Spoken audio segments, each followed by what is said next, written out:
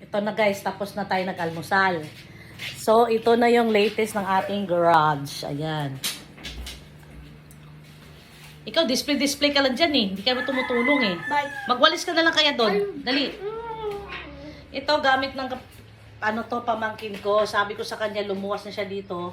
Para, kasi kung akong tanungin yan, itatapon ko na lahat yan. Eh, syempre, nakakahiya naman sa kanya.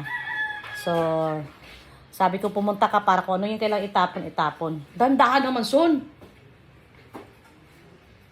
Oh. Yan.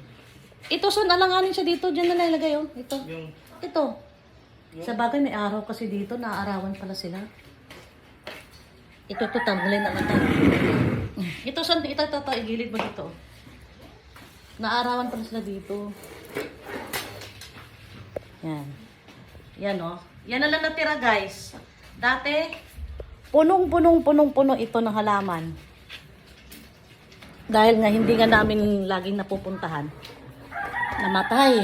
Ang daming namatay. Diyos ko. Siguro hindi lang 20,000 ginastos ko dito sa mga halaman na to kasi wala namang lupa dito. Kaya kasama ang lupa sa pagbili. Kaya laki ng ginastos ko dito. Ang nanghinayang ako yung mga halaman ko na namumulaklak. Yung may flowers. Yung tawag nito. Yung roses ko namatay. Tapos yung kalimutan ko ng pangalan ng mga halaman eh. Basta yung mga namulaklak. So, wag dyan. Mamamatay yan. Dito sa taas, sa likod na lang nito. Ito, magkasama yan, oh. Ito, magkasama. Yan, sa likod yan. Tanggalin mo kaya yung walang lamang halaman para malagyan yan. Dito, di mo ilagay para di nakakalat. Yan, dyan.